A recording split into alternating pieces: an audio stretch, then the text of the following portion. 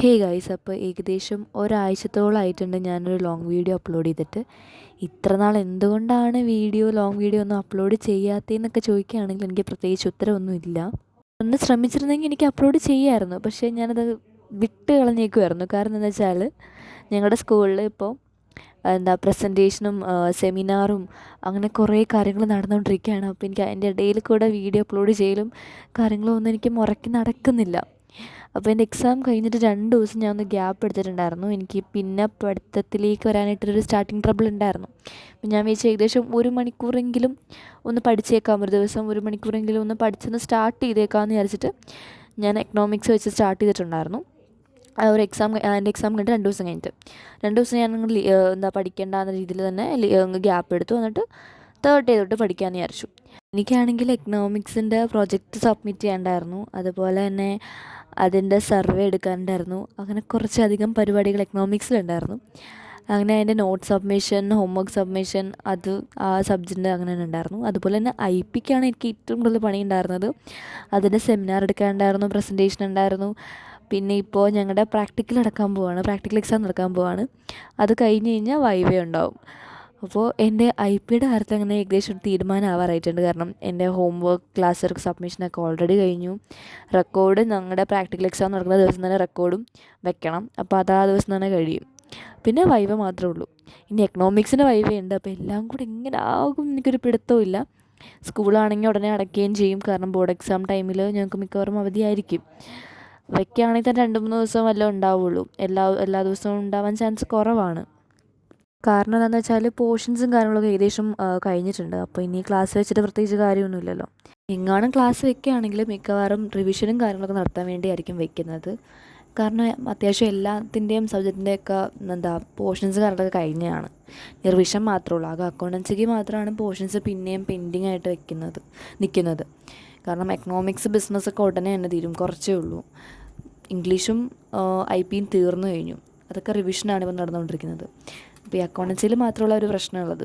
പിന്നെ അതിൻ്റെ വൈവ നടത്തിയിട്ടില്ല, പ്രസൻറ്റേഷൻ നടത്തിയിട്ടില്ല, അങ്ങനെ നോട്ട്ബുക്ക് സബ്മിഷനോ ഒന്നും ആയിട്ടില്ല. ബിസിനസ്സും മിക്ക സബ്ജക്റ്റും അങ്ങനെയൊക്കെ കിടക്കുന്നുണ്ട്.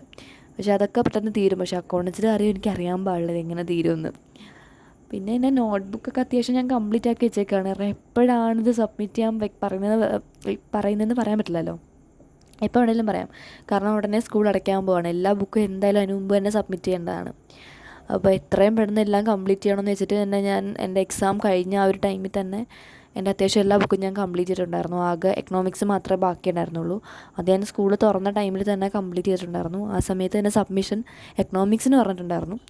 അങ്ങനെ ആ രക്ഷപ്പെട്ടു പോയി കംപ്ലീറ്റ് ചെയ്തുകൊണ്ട്. ആ ഒരു ഗ്യാപ്പ് കിട്ടിയ സമയത്ത് ഞാൻ കംപ്ലീറ്റ് ചെയ്തതാണല്ലോ എല്ലാത്തിൻ്റെയും നോട്ട്സ്. അതുകൊണ്ട് എനിക്ക് വലിയ പ്രശ്നമില്ല. ഇപ്പോൾ സബ്മിഷൻ വയ്ക്കുകയാണെങ്കിൽ തന്നെ എൻ്റെ എല്ലാം ഏകദേശം കംപ്ലീറ്റ് ആക്കി വെച്ചിട്ടുണ്ട് ഞാൻ.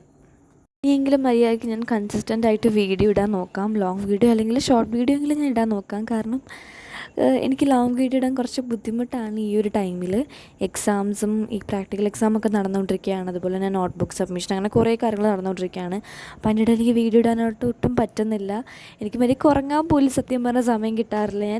എൻ്റെ ഉറക്കം കംപ്ലീറ്റ് ആയിട്ടൊന്ന് ഉറങ്ങിയിട്ടിപ്പോൾ കുറേ നാളായി. 2 മണിക്കൂർ 3 മണിക്കൂറൊക്കെ കഷ്ടിച്ച് ഉറക്കമാണ് ഇപ്പോൾ കിട്ടിക്കൊണ്ടിരിക്കുന്നത്. അത്രത്തോളം വർക്ക് ഉണ്ട് ഇപ്പോൾ സ്കൂളിൽ നിന്ന് കിട്ടുന്നത്. സ്കൂൾ അടയ്ക്കാൻ പോവാണല്ലോ. അപ്പോൾ ഇത്ര നാൾ ഞങ്ങൾ ഭയങ്കര കെയർ ഫ്രീ ആയിട്ട് നടക്കുമായിരുന്നു. ഞങ്ങൾക്ക് പ്രത്യേകിച്ച് ഒരു പണി ഉണ്ടായിരുന്നില്ല. പക്ഷേ അവസാനിക്കാറാവുന്ന ടൈമിലാണ് എല്ലാം കൂടെ വന്നത്. അപ്പോൾ ഭ്രാന്ത് പിടിച്ചിരിക്കുകയാണെങ്കിൽ ക്ലാസ്സിൻ്റെ ഇടയിലൊക്കെ ഞാൻ കിടന്ന് ഉറക്കം തൂങ്ങുമായിരുന്നു.